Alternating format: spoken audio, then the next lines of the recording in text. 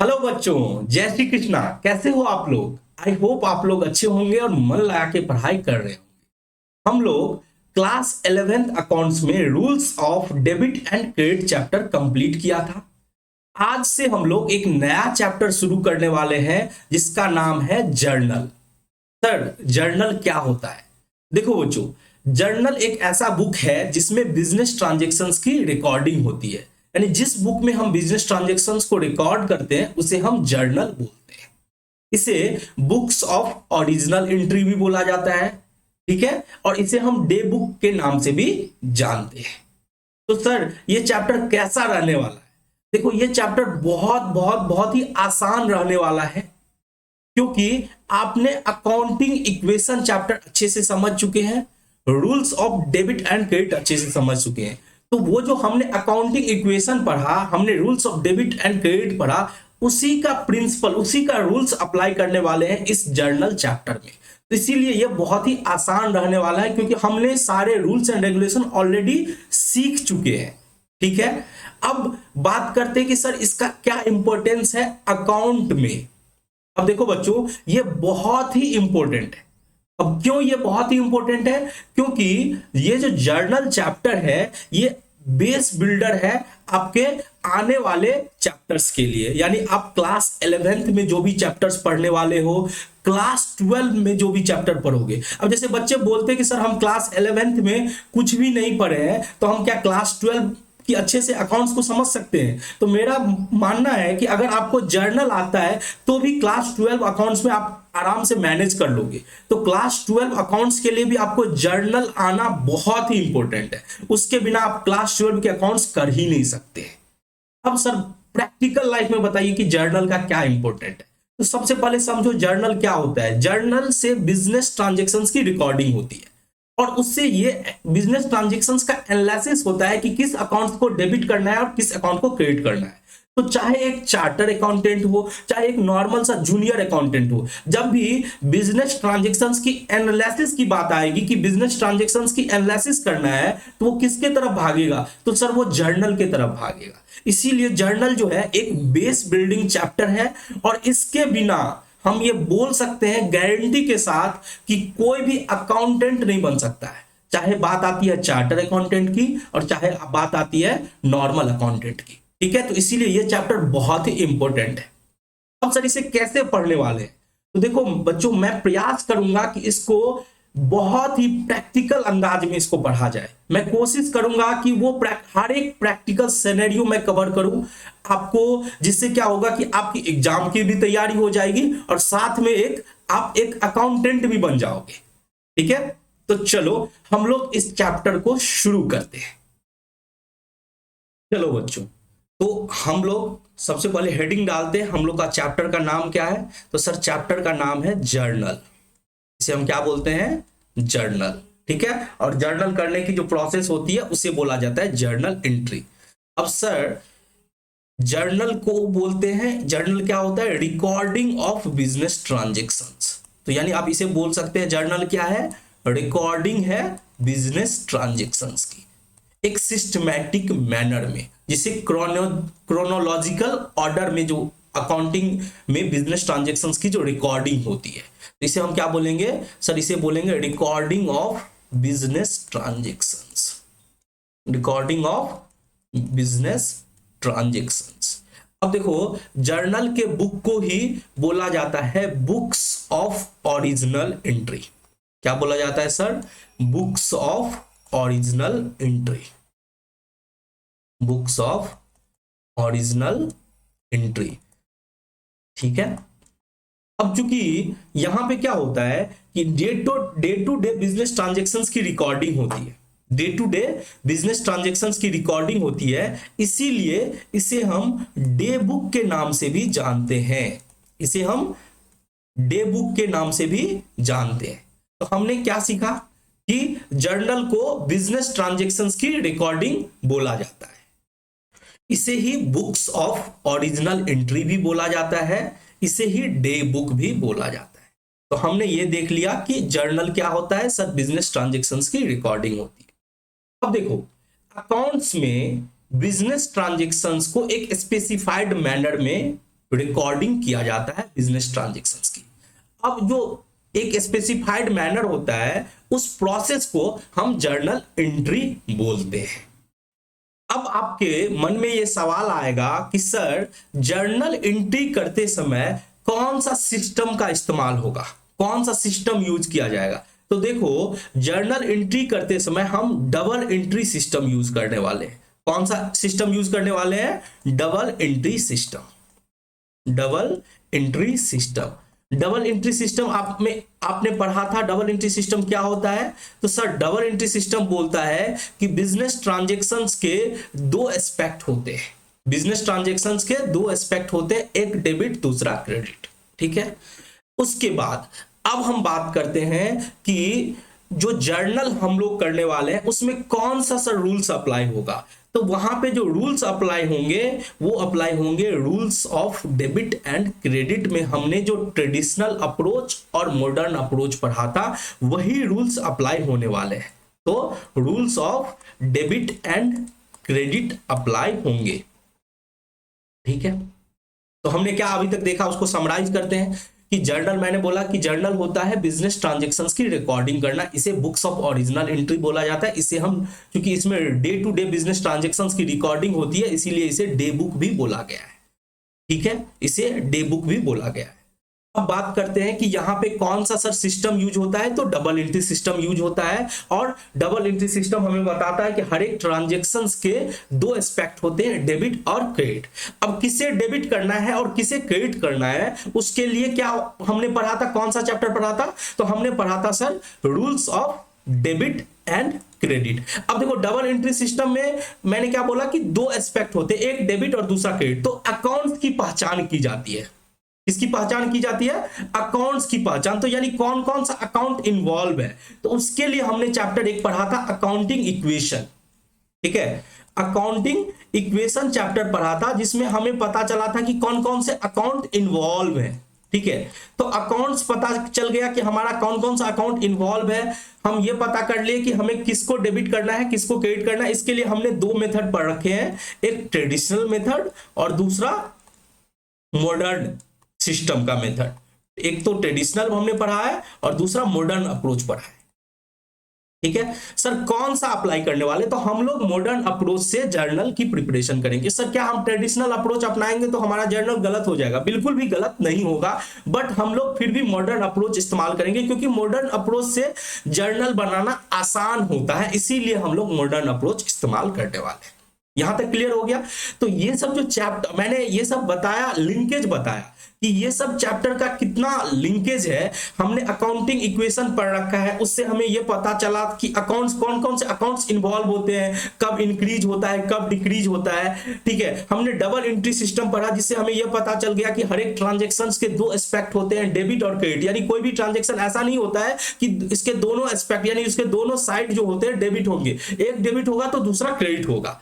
फिर हमने rules of debit and credit chapter पढ़ा, तो जिसमें हमें पता चला कि किस अकाउंट्स को डेबिट करना है किस अकाउंट को क्रेडिट करना है। तो ये सब चैप्टर जो हमने पढ़ा, ये सब चैप्टर को हम लोग इस्तेमाल करने वाले हैं अपने इस चैप्टर में, जर्नल में।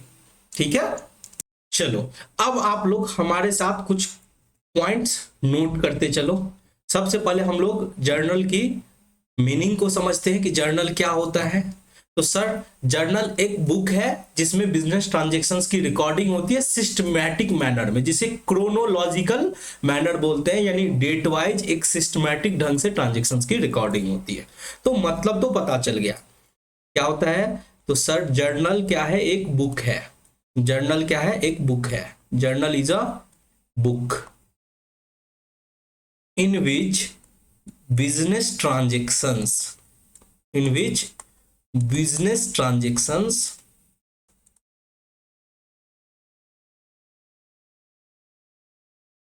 की क्या होती है? रिकॉर्डिंग होती है। In which business transactions are recorded.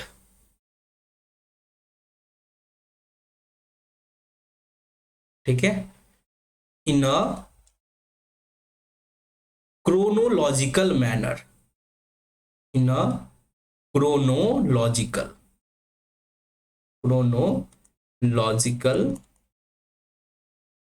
Order, in a chronological order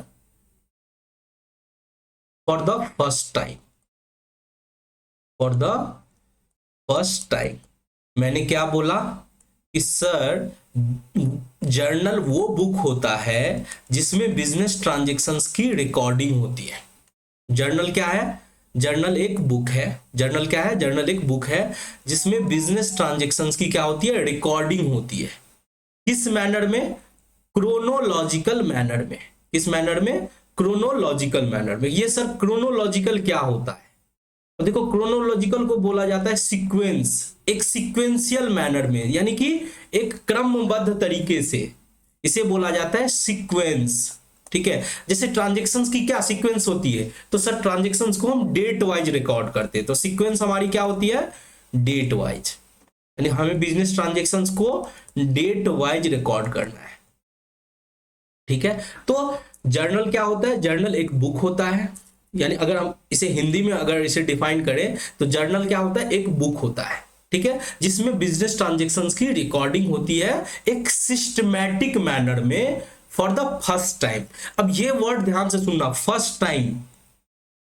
आप बोल रहे हो सर इसमें बिजनेस ट्रांजैक्शंस की यानी अकाउंट्स में जो सबसे फर्स्ट बुक होता है वो जर्नल होता है। तो सर ये अकाउंटिंग इक्वेशन चैप्टर आपने पढ़ाया, आपने rules of debit and credit पढ़ाया। तो देखो बच्चों प्रैक्टिकल लाइफ में जब आप अकाउंटिंग करोगे तो वो आपने अकाउंटिंग इक्वेशन और rules of debit and credit जो चैप्टर पढ़ा वो बेस बिल्डिंग के लिए पढ़ा। अकाउंटिंग इक्वेशन चैप्टर इसलिए पढ़ा क्योंकि आप पता कर पाओगे कि इसका फिनेंशियल पोजीशन पे कैसे इंपैक्ट करता है, आप अकाउंट्स की इन्वॉल्वमेंट को पता कर पाओगे। Rules of debit and chapter में, डेबिट एंड क्रेडिट चैप्टर में आपने पढ़ा कि किस अकाउंट्स को डेबिट करना है, किस अकाउंट्स को क्रेडिट करना है। यानी अभी तक आपने जितना चैप्टर पढ़ रखा है वो बस इस चैप्टर को करने के लिए, सीखने के लिए आपने बाकी चैप्टर्स पढ़े हैं। यानी आपकी अकाउंटिंग आज से शुरू होती है, यानी आपका जो अकाउंटिंग का जो बुक होता है वो जर्नल से इसकी स्टार्टिंग होती है। इसीलिए जब मैंने अकाउंटिंग प्रोसेस पढ़ाया था तो मैंने बताया था कि जर्नल जो होता है हमारा फर्स्ट बुक होता है। कोई भी ट्रांजैक्शंस को सबसे पहली बार जिस बुक में रिकॉर्ड करते हैं वो कौन है? वो जर्नल है। तो ये तो क्लियर हो गया, ठीक है। इसीलिए जर्नल को बोला जाता है बुक्स ऑफ ओरिजिनल एंट्री। तो इसे आप लिख लो, journal is also known as books of original entry. journal is also known as books of original entry। Journal को हम बुक्स ऑफ ओरिजिनल एंट्री भी बोलते हैं। Journal is also known as books of original entry. अब देखो, अब सबसे पहले समझते हैं कि ये जर्नल वर्ड, आपके मन में एक सवाल तो जरूर आया होगा कि सर अब इसे बिजनेस ट्रांजैक्शंस की रिकॉर्डिंग करते हैं इसमें, इस बुक में, तो इसे सर जर्नल नाम क्यों दिए? ये मन में तो सवाल जरूर आया होगा, और अगर नहीं आया है तो जरूर क्वेश्चन करो। आपका माइंड जो होना चाहिए वो क्वेश्चनिंग माइंड होना चाहिए। एक स्टूडेंट को हमेशा क्वेश्चनिंग माइंड, हमेशा मन में क्वेश्चन डाउट रहने ही चाहिए, ठीक है। आपको जो भी डाउट हो आप कमेंट सेक्शन में पूछ सकते हो। मैंने अपना मोबाइल नंबर भी देख के रखा है, आप व्हाट्सएप पे उसे उसमें मैसेज करके भी हमसे पूछ सकते हो। तो सब सर हम जर्नल, ये जो वर्ड है जर्नल, ये कहां से आया इसको समझो। जर्नल वर्ड कहां से डिराइव हुआ? तो सर जर्नल वर्ड डिराइव हुआ है फ्रेंच से। फ्रेंच का एक वर्ड है जूर, जिसे हम बोलते हैं डे, इसीलिए हम जर्नल को डे बुक भी बोलते हैं। तो मैंने क्या बोला? जर्नल वर्ड जो है डिराइव हुआ है from French word, derived from French word, ठीक है, जिसे हम बोलते हैं जूड, JOUR, जिसे क्या बोलते हैं? जूड। इसका मतलब इंग्लिश में क्या होता है सर? जूड का मतलब इंग्लिश में क्या होता है? इसका मतलब होता है डे, ठीक है। इसीलिए जर्नल को हम डे बुक के नाम से भी जानते हैं। डे बुक क्यों? क्योंकि इसमें day to day business transactions की रिकॉर्डिंग होती है। इसे हम क्या बोलते हैं? Day book. क्यों बोलते हैं? क्योंकि जर्नल में, क्योंकि मैं इसे लिखा देता हूं, क्योंकि जर्नल में, क्योंकि जर्नल में डे टू डे यानी हर दिन जितने भी बिजनेस ट्रांजेक्शन्स होती है उसकी रिकॉर्डिंग होती है। जर्नल में day to day business transactions की रिकॉर्डिंग होती है। बिजनेस ट्रांजेक्शन्स की रिकॉर्डिंग होती है। ठीक है, देखो जर्नल जो चैप्टर है इसको बहुत ही आराम से पढ़ना, यानी कोई जल्दीबाजी नहीं करना है। ठीक है, कोई जल्दीबाजी नहीं करना, एकदम अच्छे से तरीके से हर एक छोटा छोटा पॉइंट हम लोग सीखने वाले, कोई भी एक छोटा सा भी वर्ड हम लोग मिस नहीं करने वाले हैं, क्योंकि ये बेस बिल्डिंग का काम करता है। ठीक है, तो अभी तक हमने जर्नल में क्या सीखा? तो जर्नल एक बुक होता है जिसमें बिजनेस ट्रांजेक्शन्स की रिकॉर्डिंग होती है क्रोनोलॉजिकल ऑर्डर में। ये क्रोनोलॉजिकल ऑर्डर क्या होता है? एक sequential order, date wise transactions की रिकॉर्ड होती है, डेट वाइज ट्रांजेक्शन्स की रिकॉर्डिंग होती है, वो भी फर्स्ट टाइम, यानी पहली बार जब बिजनेस ट्रांजेक्शन्स की रिकॉर्डिंग करते हैं, जिस बुक में रिकॉर्डिंग करते हैं उसे हम बोलते हैं जर्नल। ठीक है, जर्नल को ही बुक्स ऑफ ओरिजिनल एंट्री बोला गया है। और ये सर जर्नल वर्ड कहां से आया? तो सर ये जर्नल वर्ड आया कहां से, डिराइव कहां से हुआ? ये फ्रेंच वर्ड है जूड, JOUR, जूड, जिसका मतलब होता है डे, इसीलिए जर्नल को डे बुक भी बोला गया है। ये क्लियर हो गया? अब हम बात करते हैं, देखो आगे चल के हम पढ़ेंगे जर्नल की लिमिटेशन। तो जर्नल की लिमिटेशन क्या है कि जब बड़ा बड़ा ऑर्गेनाइजेशन होता है, बिग ऑर्गेनाइजेशन होता है, तो इतनी ट्रांजेक्शन्स होती है ऑन अ डेली बेसिस, एक दिन में हजारों क्या लाखों ट्रांजेक्शन्स होती है। तो उस केस में जैसे टीसीएस का example low, TCS one of the largest multinational company है ऑल ओवर द वर्ल्ड, और इंडिया की सबसे बड़ी कंपनी है बाय कैपिटलाइजेशन। तो उसकी एक दिन की जो ट्रांजेक्शन्स होती है ना, वो लाखों में होती है, वॉल्यूम नंबर ऑफ ट्रांजेक्शन। तो उसे जर्नल में रिकॉर्ड करना वो बहुत ही डिफिकल्ट होता है, बहुत ही कठिन होता है। तो इसीलिए जर्नल को सब कैटेगराइज किया गया है 8 भाग में, जिसे हम सब्सिडरी बुक के नाम से जानते हैं। जर्नल का क्या मैंने बोला कि जर्नल के जितने भी ट्रांजैक्शंस होते हैं, यानी बिजनेस ट्रांजैक्शंस को 8 भाग में जर्नल को क्लासिफाई किया गया है सब्सिडरी बुक में। जैसे परचेज बुक हो गया, कैश बुक हो गया, सेल्स बुक हो गया, एटसेट्रा। मैं सारा नाम आपको बताने वाला अभी नहीं हूं, क्योंकि इसके लिए एक अलग से चैप्टर है जिसे हम सब्सिडरी बुक के नाम से पढ़ने वाले हैं। तो बस आप यहां पे बस इतना रख लो दिमाग में कि जर्नल को 8 भाग में बांटा गया है। जो आगे जो चैप्टर पढ़ाएंगे सर उसमें बताएंगे, जो चैप्टर सब्सिडरी बुक के नाम से आएगा हम लोग। ठीक है, तो ये फटाफट आप नोट कर सकते हो कि बिग ऑर्गेनाइजेशन में, देखो छोटा ऑर्गेनाइजेशन में तो एक जर्नल बुक से आपका काम हो जाएगा, लेकिन बड़े ऑर्गेनाइजेशन में जर्नल को 8 भाग में सब कैटेगराइज किया गया है।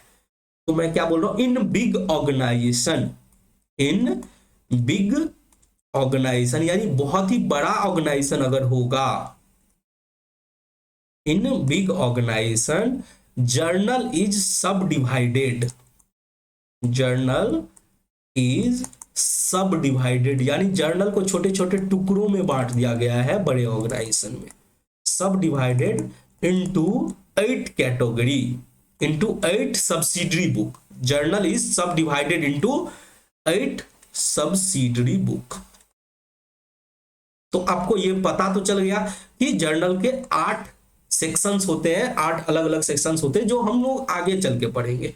8 सब्सिडरी बुक। ठीक है, मैं यहां पे ब्रैकेट में लिख देता हूं कि डिस्कस्ड किया जाएगा, ये चीज जो पढ़ाया जाएगा आपको, ये 8 सब्सिडरी बुक कौन कौन से होते हैं और उसका क्या यूज है, इसमें कैसे रिकॉर्डिंग होती है, इसके लिए अलग से चैप्टर है, डिस्कस्ड इन चैप्टर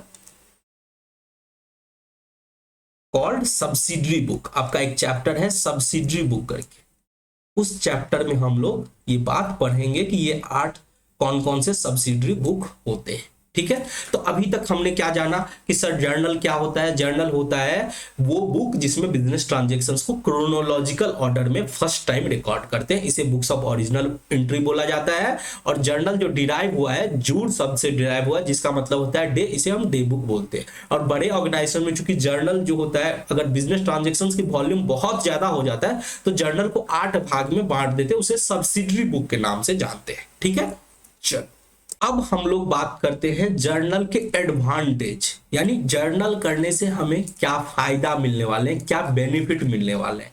तो ब्रैकेट में मैं लिख देता हूं एडवांटेज यानी बेनिफिट, यानी फायदा क्या मिलेगा जर्नल करने से।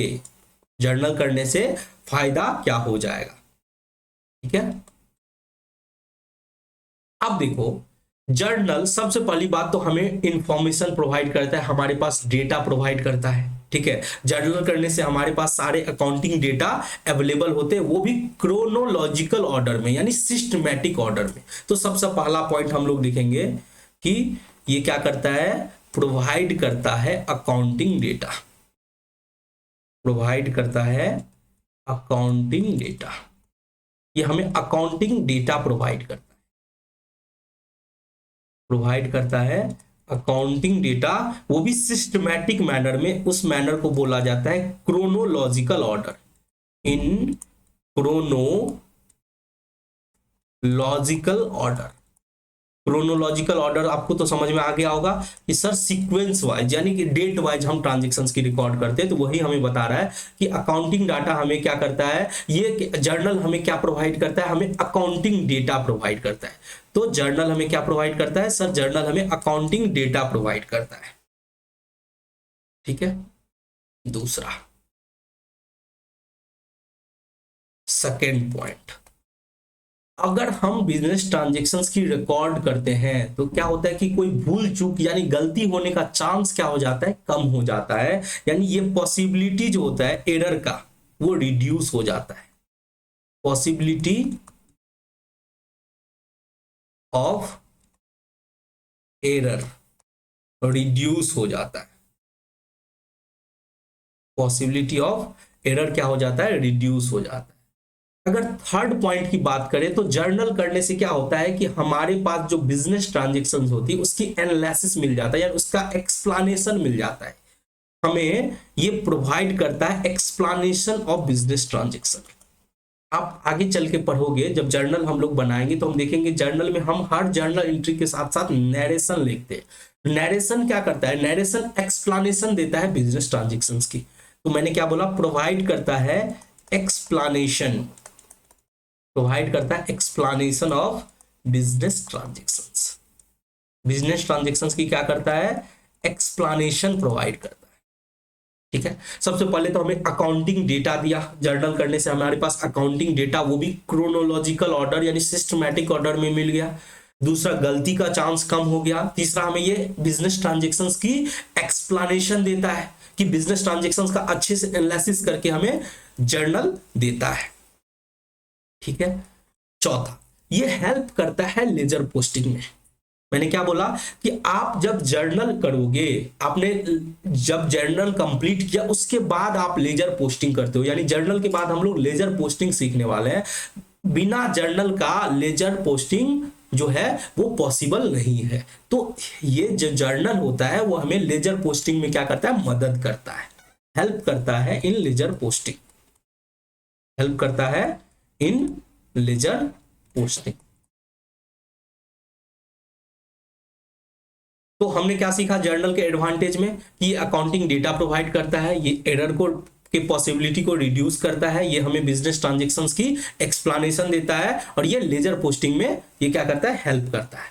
ठीक है, अब देखो ये एडवांटेज जो ऑफ जर्नल, ये आपका 3 से 4 मार्क्स का क्वेश्चन आ सकता है आपके एग्जाम में, तो इसके लिए मैंने आपको ये 4 पॉइंट बता दिया। ठीक है, बट आपको क्या सर इसे याद करना है, नहीं, आराम से समझते समझते सीखते सीखते हम लोग इसे आसानी से याद कर लेंगे, कोई इशू नहीं है। ठीक है, अब हम लोग बात करते हैं बच्चों जर्नल की क्या लिमिटेशन होता है।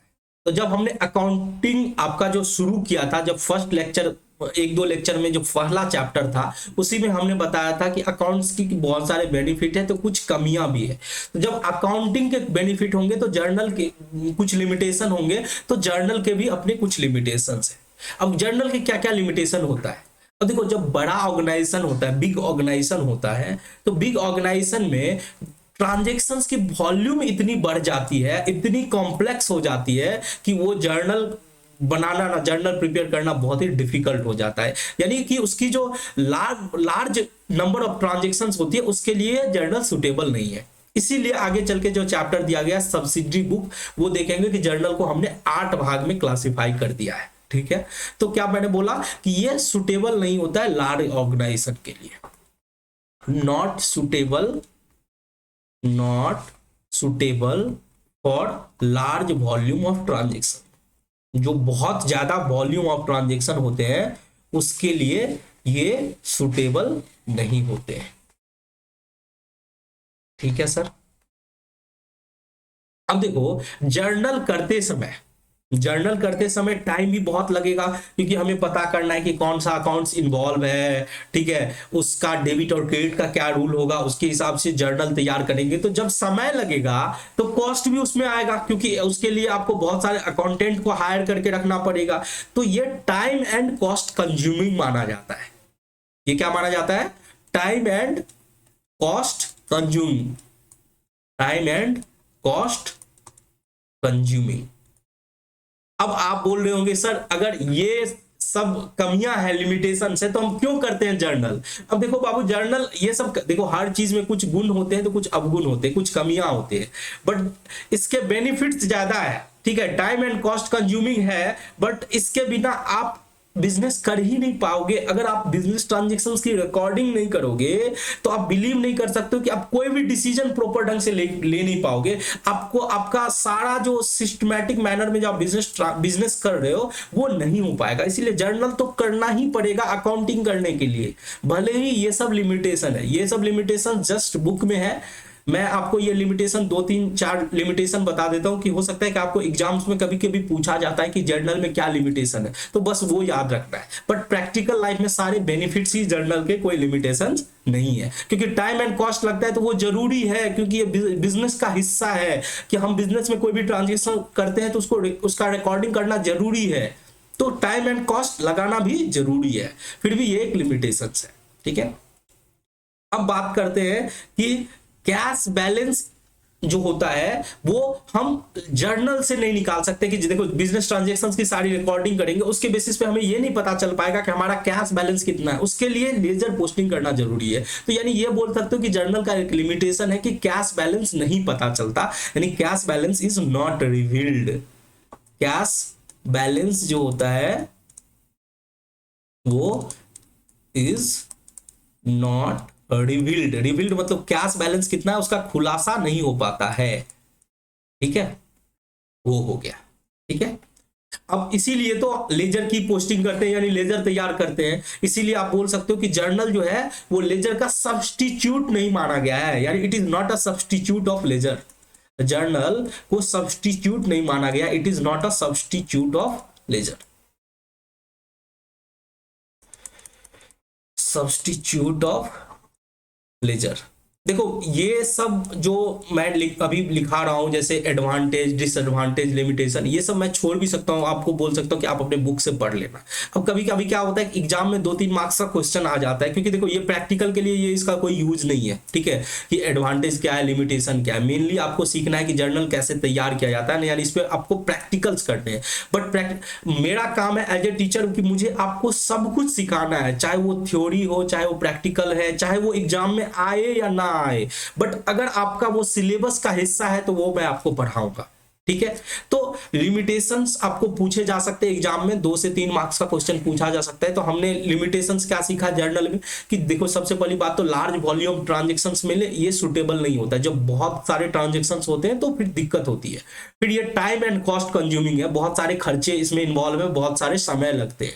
ठीक है, और जर्नल करने से हमें कैश बैलेंस का पता नहीं चल पाता, और जर्नल को कभी भी लेजर का सब्स्टिट्यूट नहीं माना गया है।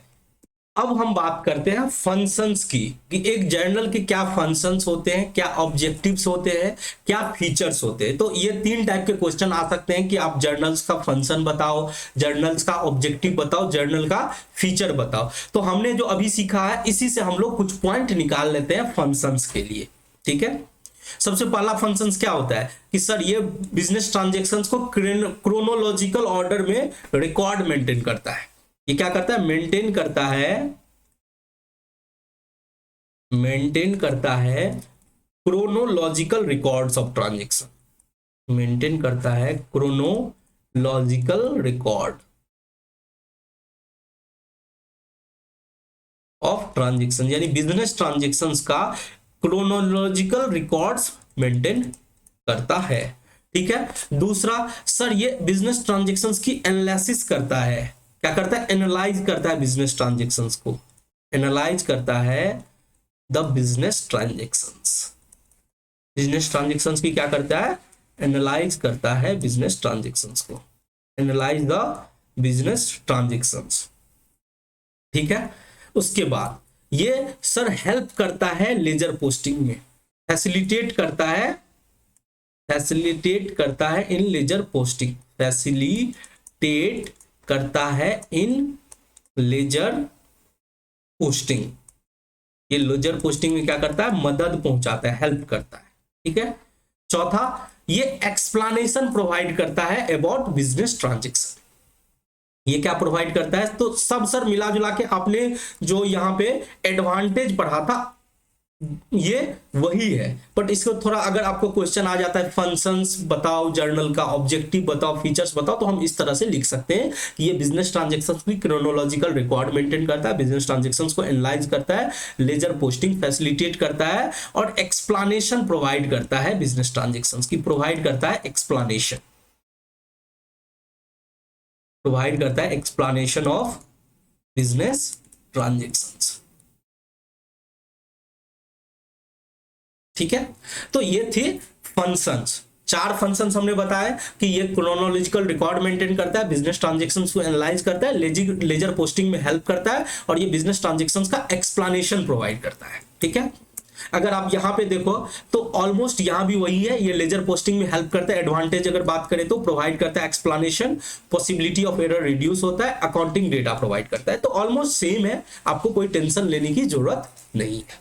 ठीक है, अब हम लोग बात करते हैं कि सर जर्नल कैसा दिखता है, यानी जर्नल का परफॉर्मा कैसा होता है, यानी pro forma of journal, pro forma of journal, journal कैसा दिखता है।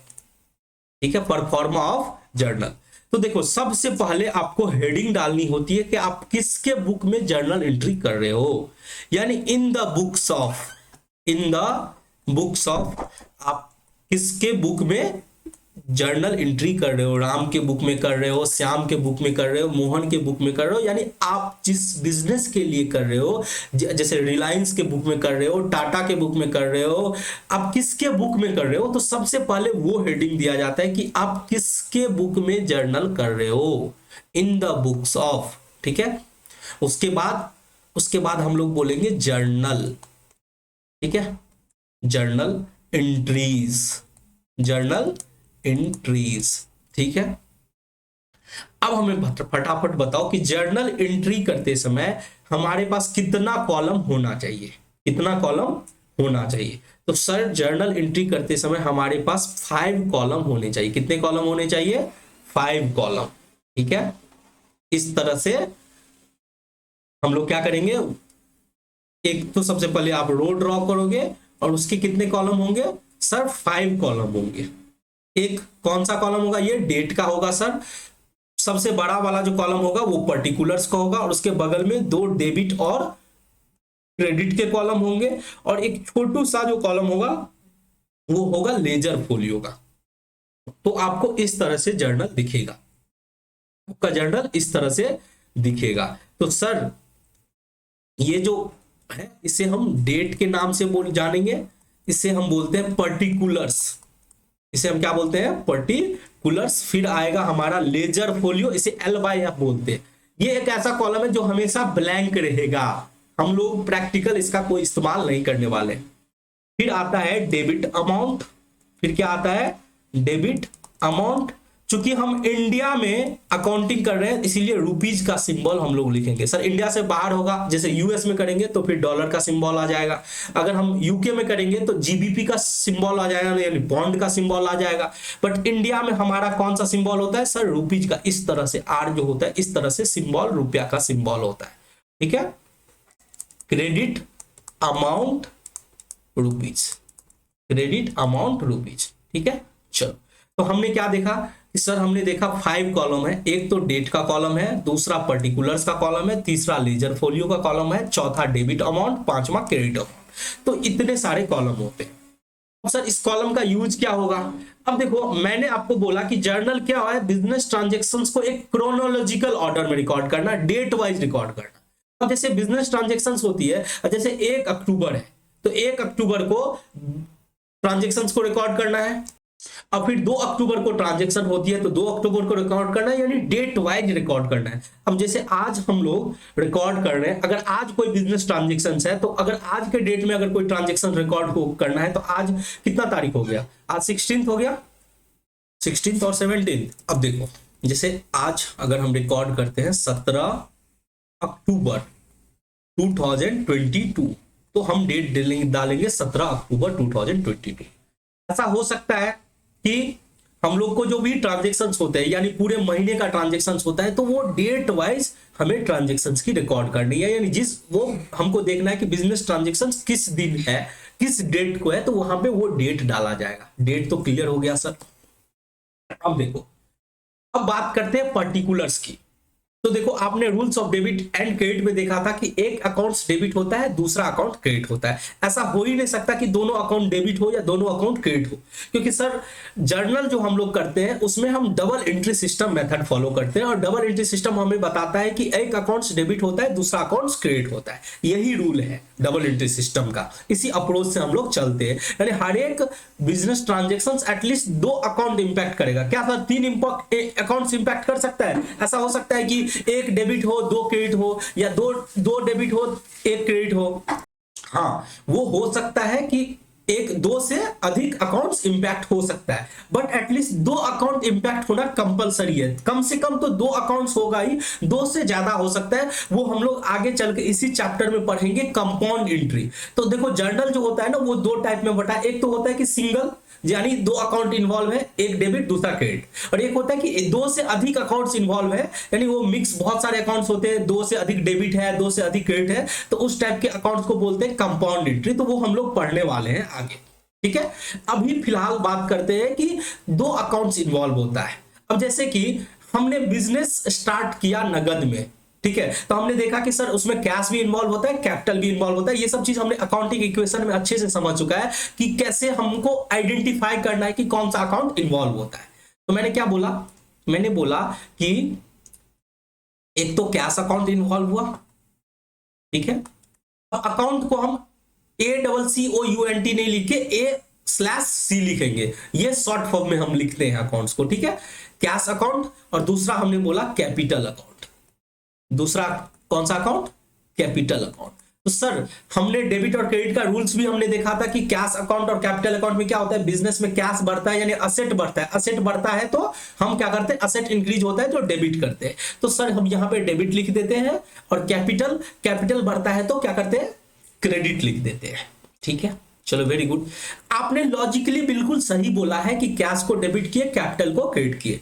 बट देखो ये जो अकाउंटिंग है ना बहुत पुराने जमाने से चली आ रही है, तो कुछ जो है वो ट्रेडिशनल अप्रोच चलते आ रहा है, यानी कुछ पुराने जमाने के जो तौर तरीके थे वो चलते आ रहे, तो हम लोग अभी भी वो कुछ फॉलो करते हैं अपने एग्जाम में। बट अगर प्रैक्टिकल लाइफ की बात करें तो प्रैक्टिकल लाइफ में तो इतने सारे सॉफ्टवेयर आ गए हैं ना कि ये इस सब चीज को ध्यान, मतलब इस सब चीज कोई मीनिंग नहीं रहता, कि हमें बस ये पता होना चाहिए कि क्या डेबिट करना है क्या क्रेडिट करना है। बट आपको एग्जाम के पॉइंट ऑफ व्यू से कैसे करना है कि आपने जैसे लिया एक अकाउंट को आपने डेबिट किया, ये तो सही है, बट आप जब क्रेडिट करते हो ना तो वहां पे आपको लिखने की जरूरत नहीं है। जैसे आपने डेबिट लिखा, यहां पे क्रेडिट आपको लिखने की जरूरत नहीं है। इसको पहचानने के लिए क्या किया गया है, पुराने जमाने में क्या किया गया है कि आप जहां डेबिट करते हो, वहां पे थोड़ा सा आप गैप छोड़ोगे और थोड़ा बगल में, ठीक है, थोड़ा सा आप बोल सकते हो पैराग्राफ जैसे आप छोड़ते हो ना, तो वैसे ही बगल में आपको क्या करना है, वहां पे टू लगाना है। यानी जो ट्रांजेक्शन्स को आप, जिसमें जो अकाउंट्स को आप क्रेडिट कर रहे हो, उस अकाउंट को हम टू लगा के आगे बढ़ते हैं, यानी उस अकाउंट्स को हम लिखते हैं, टू लगा के हम आगे लिखते हैं। जैसे हमें कैपिटल अकाउंट को क्रेडिट करना है तो हम टू लगा के करेंगे, टू कैपिटल अकाउंट। तो अगर हम टू लगा दिए तो इससे पता चल गया कि ये अकाउंट्स क्या हो गया, क्रेडिट हो गया। यानी जो अकाउंट डेबिट होगा उसमें तो हम डेबिट लिखेंगे, वो हम सबसे, अब देख रहे हो सबसे राइट साइड में हम डेबिट लिख दिए, बट जिस अकाउंट्स को हम क्रेडिट कर रहे हैं वहां पे हम क्रेडिट नहीं लिख के क्या लिख रहे हैं, थोड़ा सा जगह छोड़ के आगे लिख दिए टू कैपिटल अकाउंट। अब उसी तरह से अब देखो, अगर मैं बोलूं कि आप जो है आपने एक फर्नीचर खरीदा, फर्नीचर खरीदा, तो उस टाइम में आप क्या एंट्री करने वाले हो? तो सर जब फर्नीचर खरीदेंगे तो फर्नीचर आएगा, यानी फर्नीचर एसेट है तो फर्नीचर को डेबिट करेंगे। तो अगर हम फर्नीचर को डेबिट करते हैं बाबू, तो हम इस तरह से लिखेंगे फर्नीचर अकाउंट डेबिट, ठीक है। और कैश को क्रेडिट कर रहे हैं क्योंकि कैश जा रहा है, तो कैश जा रहा है तो हम टू लगा के कैश अकाउंट करेंगे। यानी ये तो आपने सीख लिया कि जब डेबिट करना होता है तो डेबिट हम लेफ्ट साइड में लिख देते हैं, सॉरी राइट साइड में, सबसे राइट साइड के एंड में हम यहाँ पे जैसे डेबिट लिख दिए, और जब क्रेडिट लिखते हैं तो वहां पे टू से हम आगे करते हैं, थोड़ा सा गैप छोड़ देते हैं और टू लिख के हम आगे अकाउंट्स लिखते हैं, ठीक है। अब एक दो पॉइंट आपको और भी दिमाग में रखना है कि जब भी कोई भी अकाउंट्स लिखते हैं तो उसका पहला वर्ड जो होता है वो हमेशा कैपिटल लेटर से होता है। जैसे आपने देखा फर्नीचर लिखा तो एफ जो है वो कैपिटल लेटर में हुआ, ठीक है। उसी तरह से जब कैश लिखा तो सी जो है वो कैपिटल लेटर में है। यानी जब भी कोई अकाउंट्स की शुरुआत करोगे, ध्यान से सुनना मेरी बात, जब भी कोई अकाउंट्स की शुरुआत करोगे तो पहला वर्ड जो होगा वो कैपिटल लेटर में होना चाहिए। क्लियर हो गया? ठीक है, चलो। तो अब हमने कोई भी ट्रांजैक्शंस लेना है तो एक अकाउंट को डेबिट किया, दूसरा को क्रेडिट किया, तो जो दूसरा को क्रेडिट करते हैं तो वहां पे टू से शुरुआत करते हैं। मैं यहाँ पे ये नाम हटा देता हूं क्योंकि आपको यहाँ पे मैं डॉट डॉट लगा देता हूं कि कोई भी अकाउंट्स जो डेबिट करना है वो अकाउंट्स आप लोगे, जो भी अकाउंट्स डेबिट करना है वो अकाउंट्स लोगे, और जो अकाउंट्स क्रेडिट करना है वहां पे टू लगा के वो अकाउंट्स आप लोगे, ठीक है। तो जैसे मैं यहाँ पे लिखता हूं कोई भी अकाउंट्स लिए, बट उस अकाउंट्स के आगे A/C लगाना जरूरी होता है, A/C लगाना जरूरी होता है, यानी उसे हम अकाउंट्स के नाम से इंडिकेट करते हैं। सर कहीं ऐसा होता है कि जहां पे अकाउंट्स लगाना जरूरी नहीं होता है? हाँ, अगर आपका नेचुरल पर्सनल अकाउंट है यानी किसी व्यक्ति का नाम है तो वहां पे अकाउंट्स लगाना जरूरी नहीं होता है। बट अगर आप अकाउंट्स लगाते हो तो आपको बताया था rules of debit and credit में भी कि अगर आप अकाउंट्स लगाते हो तो एपोस्ट्रोफ एस लगाना जरूरी है, ठीक है। यानी राम्स अकाउंट, श्याम्स अकाउंट ऐसे हो जाएगा। बट सर क्या ऐसा हो सकता है कि हम अकाउंट्स का यूज ही नहीं करें, केवल राम लिख दें, चलेगा। बट बात इसके अलावा व्यक्ति के नाम के अलावा कोई भी अकाउंट होगा उसमें अकाउंट्स लगाना जरूरी है। तो आप जो भी अकाउंट्स है उसको डेबिट करोगे और क्रेडिट जब करोगे तो आप क्या करोगे, टू लगा के फिर अकाउंट्स को क्रेडिट करोगे, ठीक है। तो इस तरह से हम पर्टिकुलर्स में रिकॉर्ड करेंगे। उसके बाद हम एक छोटा सा एक्सप्लेनेशन यानी समरी देंगे बिजनेस ट्रांजेक्शन। देखो अब हम तो जर्नल तैयार करते हैं, हम कॉमर्स के स्टूडेंट हैं, हमको सिखाया गया है डेबिट और क्रेडिट का रूल्स, तब हम जर्नल बनाते हैं। बट जो बिजनेस का मैनेजर होगा या कोई बिजनेस का जो सीईओ है या कोई कंपनी का सीएफओ है, अब वो तो जरूरी नहीं है कि वो कॉमर्स बैकग्राउंड से हो, ऐसा हो सकता है कि वो साइंस के बैकग्राउंड से हो। अब उस बंदे को तुम ये जर्नल बुक दिखाओगे, उसको समझ में आएगा क्या? तो उसको समझने के लिए हम एक कंसाइज समरी नोट के रूप में लिख देते हैं, उसे हम नैरेशन बोलते हैं। उसे हम क्या बोलते हैं? नैरेशन। तो आप देखोगे एक ब्रैकेट में आपको एक कंसाइज समरी ऑफ ट्रांजैक्शंस देना होता है। क्या होता है? Concise summary of transactions. Summary of transaction, आपकी जो बिजनेस ट्रांजैक्शन, जैसे आपने बोला cash account debit to capital, तो उसकी आपको नैरेशन देना पड़ेगा। क्या देंगे? Being business commence with cash, business शुरू किए नगद से। अब वहां पे आप एक चीज देखोगे कि जो भी बिजनेस ट्रांजैक्शंस में आप नैरेशन लिखते हो हमेशा वो बीइंग से शुरुआत होता है। ये भी हम पुराने जमाने से ये से कंटिन्यू करते हैं। तो इसे हम बोलेंगे कंसाइज समरी ऑफ ट्रांजैक्शंस। इसे हम क्या बोलेंगे? कंसाइज समरी ऑफ ट्रांजैक्शंस, ठीक है। चलो, तो इसको हम, ये जो हमने एक अकाउंट को डेबिट किया दूसरे अकाउंट्स को क्रेडिट किया, इसे हम क्या बोलते हैं? सर इसे ही तो हम जर्नल एंट्री बोलते हैं। इसे हम क्या बोलते हैं? Journal entry.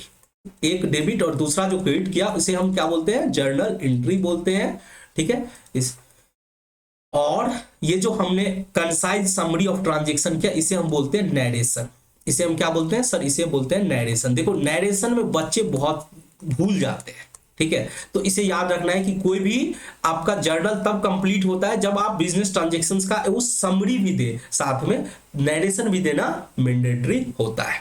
उसके बाद सर डेबिट में जो अमाउंट होगा, जैसे हमने 1 लाख बिजनेस में लगाया तो हम कैश को डेबिट किए 1 लाख से, फिर कैपिटल भी बढ़ा 1 लाख से, तो जो अमाउंट होता है वो अमाउंट के रूप में यहाँ पे रहेगा 10,000, 20,000, 1 लाख, जो भी आपका बिजनेस ट्रांजैक्शंस का अमाउंट होता है वो वहां पे रहेगा। तो डेबिट अमाउंट और क्रेडिट अमाउंट तो वेरी क्लियर है कि उसमें अमाउंट रहेगा। सर ये लेजर एलएफ क्या होता है? ये एलएफ क्या होता है? अब देखो LF को हम लोग बोलते हैं, यहां पे मैं लिख देता हूं, इसे हम बोलते हैं लेजर फोलियो। LF को क्या बोलते हैं? LF को बोलते हैं लेजर फोलियो, इसे बोलते हैं लेजर फोलियो। ये क्या होता है सर? लेजर का पेज नंबर, ये तो समझ में आ जाएगा, लेजर का पेज नंबर। अब इसे हम बोल सकते हैं लेजर का पेज नंबर। अब सर ये मैंडेटरी नहीं होता है, मतलब आपको आपको प्रैक्टिकल लाइफ में इसे देने की जरूरत नहीं होती है इंडिकेटर, बस ये फॉर्मेट है तो हम ये फॉर्मेट फॉलो करेंगे। ये लेजर फोलियो का जो जो कॉलम है वो हमेशा ब्लैंक ही रहने वाला है, ठीक है। तो हमने डेट देख लिया कि डेट जो होता है, इसमें डेट वाइज हम बिजनेस ट्रांजेक्शंस को रिकॉर्ड करते हैं, पर्टिकुलर्स में किस अकाउंट को डेबिट करना है, किस अकाउंट को क्रेडिट करना है, और फिर नरेशन लिखते हैं। फिर लेजर फोलियो में पेज नंबर आता है लेजर का, और डेबिट अमाउंट और क्रेडिट अमाउंट। अब हम लोग आज का क्लास यहीं पे खत्म करते हैं, ठीक है। नेक्स्ट क्लास में हम लोग इसी को कंटिन्यू करने वाले हैं, ठीक है, जर्नल को। आज हमने क्या सीखा? आज हमने इंट्रोडक्शन सीखा, जर्नल के बारे में थोड़ा बहुत परिचय मिल गया कि जर्नल क्या होता है। जर्नल को हम डे बुक बोलते हैं, इसमें बिजनेस ट्रांजेक्शंस को रिकॉर्ड करते हैं क्रोनोलॉजिकल ऑर्डर में। क्रोनोलॉजिकल ऑर्डर क्या होता है सर? एक डेट वाइज सिस्टमैटिक ढंग से हम रिकॉर्ड करते हैं। हमने देखा कि क्या एडवांटेज होता है, तो हमने देखा कि इसमें अकाउंटिंग डेटा जो होता है वो प्रोवाइड करता है। जर्नल हमें क्या करता है? अकाउंटिंग डेटा प्रोवाइड करता है, हमें एरर फ्री इंफॉर्मेशन प्रोवाइड करता है। ये बिजनेस ट्रांजेक्शंस को एनालाइज करने में हेल्प करता है, लेजर पोस्टिंग में हेल्प करता है। कुछ हमने लिमिटेशंस भी देखे कि अकाउंटिंग में कुछ जर्नल में कुछ लिमिटेशन है। जिस तरह से अकाउंटिंग में लिमिटेशन है वैसे जर्नल में भी कुछ लिमिटेशंस है, जैसे कि बड़े ऑर्गेनाइजेशन में लार्ज वॉल्यूम ऑफ ट्रांजेक्शंस को जर्नल में रिकॉर्ड करने में दिक्कत आती है। ये बहुत समय लेता है, टाइम कंज्यूमिंग है, और इसमें बहुत कॉस्ट भी इन्वॉल्व होता है। और ये लेजर का सब्स्टिट्यूट नहीं है, यानी जर्नल करने के बाद भी हमें लेजर तैयार करने की जरूरत होती है, ठीक है। तो ये सब चीज हमने लिमिटेशंस में दिखा। उसके बाद हमने फंक्शंस, ऑब्जेक्टिव और फीचर्स देखे, वो सेम टू सेम आपका ये एडवांटेज हमने जो पढ़ा था अकाउंटिंग का वही है, ठीक है। उसके बाद हमने फॉर्मेट देखा कि एक जर्नल किस तरह से दिखता है। तो उसमें 5 कॉलम होते हैं, एक डेट के कॉलम होते हैं, एक पर्टिकुलर्स के कॉलम होते हैं, एक लेजर फोलियो के कॉलम होते हैं, एक डेबिट और क्रेडिट अमाउंट्स के कॉलम होते हैं। तो इसके बारे में आगे हम और चर्चा करने वाले हैं, बट आज का क्लास हम लोग यहीं पे खत्म करते हैं। फिर मिलते हैं नेक्स्ट क्लास में। आपको कैसा लगा आप जरूर कमेंट्स करके बताना कि आपको समझ में आसानी से आया, या कहीं पे कोई दिक्कत हुआ, या कोई आपके मन में कोई डाउट है, कोई क्वेरी है। मन में मत रखना डाउट, वो तुरंत पूछ लेना, कोई दिक्कत नहीं है। कमेंट्स में आप हिंदी में आप लिखना चाहो हिंदी में लिखो, इंग्लिश में कमेंट्स करना चाहते हो आप इंग्लिश में कमेंट करो। अगर आप बिहार के हो, मैथिली में लिखना चाहते हो तो मैं भी मैथिल हूं, तो आप मैथिली में कमेंट्स कर सकते हो, भोजपुरी में कमेंट्स करते हो, जिस लैंग्वेज में करना है आप कर सकते हो। आप अपने डाउट को आप कहीं भी पूछ सकते हो मुझसे, ठीक है। तो फिर मिलते हैं नेक्स्ट क्लास में, तब तक के लिए जय हिंद।